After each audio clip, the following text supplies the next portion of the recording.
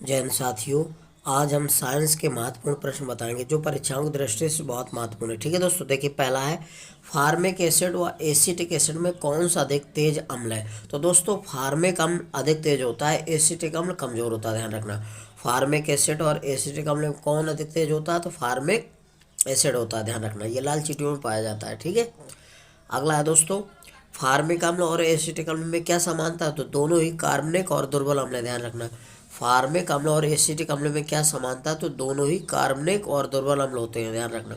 अगला है लंबे समय तक कठोर शारीरिक श्रम के पश्चात मांसपेशियों में थकान का क्या कारण होता है। पेशियों में लैक्टिक अम्ल का संचय होने के कारण लंबे समय तक कठोर शारीरिक श्रम करने के पश्चात मांसपेशियों में थकान का अनुभव होता है या मांसपेशियां दर्द करने लगती है। तो इसका कारण क्या होता है, तो मांसपेशियों में लैक्टिक अम्ल के संचय होने के कारण ऐसा होता है दोस्तों। ठीक है, अगला है नींबू का खट्टापन किस पदार्थ से होता है, तो नींबू का खट्टापन, नींबू में सिट्रिक अम्ल पाया जाता है। क्या पाया जाता है, सिट्रिक अम्ल पाया जाता है। नींबू का खट्टापन किस पदार्थ के कारण होता है, तो इसमें दोस्तों सिट्रिक अम्ल पाया जाता है। सिट्रिक अम्ल के कारण ही नींबू खट्टा होता है। अगला है मक्खन में कौन सा अम्ल पाया जाता है, तो ब्यूटायरिक अम्ल पाया जाता है, ध्यान रखना। मक्खन में कौन सा अम्ल पाया जाता है, ब्यूटायरिक अम्ल पाया जाता है मक्खन में। ठीक है दोस्तों, अगला है दूध में कौन सा अम्ल पाया जाता है, तो दूध में लैक्टिक अम्ल पाया जाता है। दूध में क्या पाया जाता है, लैक्टिक अम्ल पाया जाता है। अचार के परिरक्षण हेतु उसमें कौन सा अम्ल मिलाया जाता है, तो एसिटिक एसिड मिलाया जाता है। क्या मिलाया जाता है, एसिटिक एसिड मिलाया जाता है। अचार का जो अचार रखा जाता है तो खराब होने से बचाने के लिए क्या मिलाया जाता है, एसिटिक एसिड मिलाया जाता है, ध्यान रखिएगा। ठीक है, अगला है दोस्तों, सेब में कौन सा अम्ल मिलाया जाता है, तो सेब में कौन सा अम्ल पाया जाता है, मैलिक अम्ल पाया जाता है सेब में, ध्यान रखना।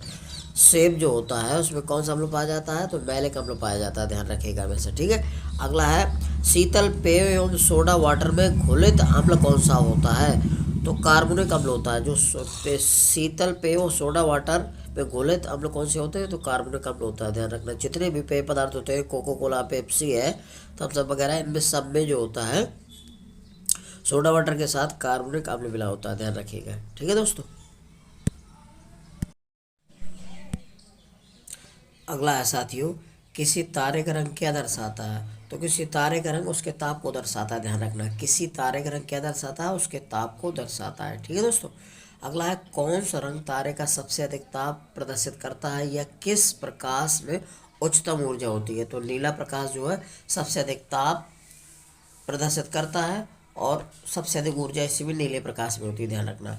कौन सा रंग तारे का सबसे अधिक ताप प्रदर्शित करता है या किस प्रकाश में उच्चतम ऊर्जा होती है, तो नीले प्रकाश में सबसे अधिक ऊर्जा होती है और ये अधिक ताप प्रदर्शित करता है। ठीक है दोस्तों, अगला है उल्लू घोर अंधकार में भी देख सकता है, यानी कि उल्लू जो होता है एक पक्षी जो अंधकार में भी देख सकता है, अंधेले में भी, रात्रि को निकल, ठीक है, रात्रि को अपना शिकार करता है, रात्रि को ही उल्लू दिखाई देता है।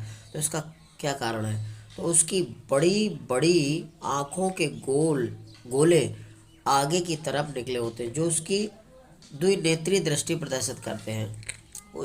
उसकी बड़ी बड़ी आँखों के गोले आगे की तरफ निकले होते हैं जो उसकी द्विनेत्रीय दृष्टि को प्रदर्शित करते हैं, इस कारण से उल्लू को रात को दिखाई देता है। ठीक है दोस्तों, अगला है हेलोग्राफी क्या है, किसी वस्तु के त्रिविमी प्रतिबिंब उत्पन्न व प्राप्त करने की तकनीकों को हेलोग्राफी बोलते हैं, ध्यान रखना। हेलोग्राफी क्या है, किसी वस्तु के त्रिविमी प्रतिबिंब उत्पन्न व प्राप्त करने की तकनीकी को ही हेलोग्राफी कहते हैं। ठीक है दोस्तों, अगला है साथियों, स्पष्ट दृष्टि की न्यूनतम दूरी कितनी होती है, तो 25 सेंटीमीटर होती है, ध्यान रखना। मनुष्य की अपनी आंखों से निकटतम दूरी कितनी होती है, 25 सेंटीमीटर होती है। इसी को स्पष्ट दृष्टि की न्यूनतम दूरी बोला जाता है, 25 सेंटीमीटर होती है, ध्यान रखिएगा हमेशा। स्पष्ट दृष्टि की न्यूनतम कितनी होती है, 25 सेंटीमीटर। समान आंखों की न्यूनतम दूरी कितनी होती है, 25 सेंटीमीटर, ध्यान रखना। अगला है कैमरे के अपदर्शक में कौन सा लेंस प्रयुक्त होता है, तो कैमरे का जो अपदर्शक लेंस होता है उसमें उत्तल लेंस का प्रयोग किया जाता है। कैमरे के अपदर्शक लेंस में कौन सा लेंस प्रयोग किया जाता है, उत्तल लेंस प्रयोग किया जाता है, ध्यान रखिएगा। ठीक है दोस्तों, अगला है किसी लेंस का प्रयोग मैग्नीफाइंग ग्लास की तरह होता है, कौन सा लेंस मैग्नीफाइंग ग्लास की तरह कार्य करता है, उत्तल लेंस करता है। उत्तल लेंस को अभी सारी लेंस भी बोलते हैं, ध्यान रखना। उत्तल लेंस को अभिसारी लेंस भी कहा जाता है। ठीक है दोस्तों। निकट दृष्टि दोष से पीड़ित व्यक्ति की क्या समस्या होती है? दूर की वस्तु को देखने में असमर्थ होता है। निकट दृष्टि दोष से जो पीड़ित होता है उस दूर की वस्तु को देखने में क्या समस्या होती है? दूर की वस्तु को देखने में समस्या होती है। ठीक है दोस्तों, निकट दृष्टि दोष से पीड़ित व्यक्ति की क्या समस्या होती है? दूर की वस्तु को देखने में, ध्यान रखना। अगला है, एक व्यक्ति को दूर की वस्तु साफ दिखाई देती है परंतु निकट की वह नहीं दिखाई देती, ऐसे कौन सा दोष है? तो दूरदृष्टि दोष, ध्यान रखना। एक व्यक्ति जो दूर की वस्तु दिखाई देती है परंतु निकट की वस्तु नहीं दिखाई देती, उसे कौन सा दोष है? तो दूरदृष्टि दोष है, ध्यान रखना। क्योंकि देखो, अगर निकट की वस्तु स्पष्ट दिखाई देती है तो निकट दृष्टि दोष होता है, अगर दूर की वस्तु स्पष्ट दिखाई देती है तो दूरदृष्टि दोष होता है। अब निकट दृष्टि दोष को दूर करने के लिए अवतल लेंस का बना चश्मा प्रयोग करते हैं और दूर दृष्टि को दोष करने के लिए उत्तल लेंस का बना हुआ चश्मा का प्रयोग करते हैं, ध्यान रखना। ठीक है दोस्तों, चश्मे का प्रयोग किया जाता है। दूर दृष्टि दोष को दूर करने के लिए उत्तल लेंस और निकट दृष्टि दोष को दूर करने के लिए अवतल लेंस के बने चश्मे का प्रयोग किया जाता है। ठीक है दोस्तों। अगला है साथियों, गाउट क्या है? तो गाउट एक प्रकार का अर्थराइटिस रोग है, ध्यान रखना। गाउट क्या है? अर्थराइटिस प्रकार का एक रोग है, ये हड्डियों से संबंधित होता है। ठीक है दोस्तों। अगला, शरीर में एलर्जी के लक्षणों को उत्पन्न करने के लिए कोशिकाएं किस पदार्थ को उत्पन्न करती है? शरीर में एलर्जी के लक्षणों को उत्पन्न करने के लिए कोशिकाएं किस प्रकार के पदार्थ को उत्पन्न करती है? तो हिस्टामिन, ध्यान रखना। हिस्टामिन पदार्थ को उत्पन्न करती है कोशिकाएं, जो है हिस्टामिन। अगला है, मिनीमाटा रोग किस प्रदूषित पदार्थ के खाने से होता है?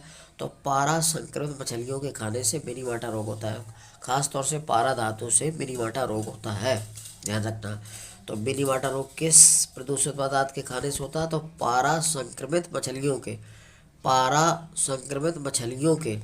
अगला है, पेयजल में नाइट्रेट की अधिक मात्रा होने से कौन सा रोग उत्पन्न होता है? पेयजल में नाइट्रेट की अधिक, अगर पीने वाले पानी में नाइट्रेट की मात्रा अधिक हो जाती है तो उससे कौन सा रोग होता है? ब्लू बेबी सिंड्रोम होता है। ब्लू बेबी सिंड्रोम रोग होता है। ब्लू बेबी सिंड्रोम रोग होता है, ध्यान रखना। पानी में, अगर पीने वाले पानी में नाइट्रेट की मात्रा अधिक हो जाती है तो ब्लू बेबी सिंड्रोम होता है। अगला है, मॉर्फिन में एसिटिक एनहाइड्राइड को मिलाने से कौन सा शक्तिशाली शमक द्रव्य बन जाता है? तो हेरोइन बन जाता है, हीरोइन बन जाता है। ठीक है, कौन सा? हेरोइन बनता है। अगला, हेरोइन का आविष्कार किसने किया था? हेरोइन का आविष्कार किसने किया था, यानी कि खोज किसने की थी? तो हेनरिक ड्रेसर ने की थी। हेरोइन का आविष्कार किसने किया था? हेनरिक ड्रेसर ने। दोस्तों, एक नशीला पदार्थ होता है, मादक पदार्थ होता है ये दोस्तों, वो फिल्म वाली हेरोइन नहीं। ठीक है दोस्तों। अगला है, दर्द निवारक दवा एस्प्रिन का आविष्कार कौन था, यानी किसने किया था? तो एस्प्रिन दवा का आविष्कार भी किसने किया था? हेनरिक ड्रेसर ने किया था। किसने? हेनरिक ड्रेसर ने किया था। कोडीन किसका व्युत्पन्न है? तो अफीम का व्युत्पन्न, ध्यान रखना।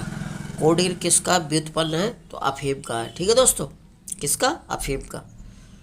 तो कोडीन किसका व्युत्पन्न है? अफीम का। ठीक है दोस्तों, मेरे वीडियो को लाइक और सब्सक्राइब करिए यदि मेरा वीडियो अच्छा लग रहा है दोस्तों। ठीक है, जय हिंद साथियों।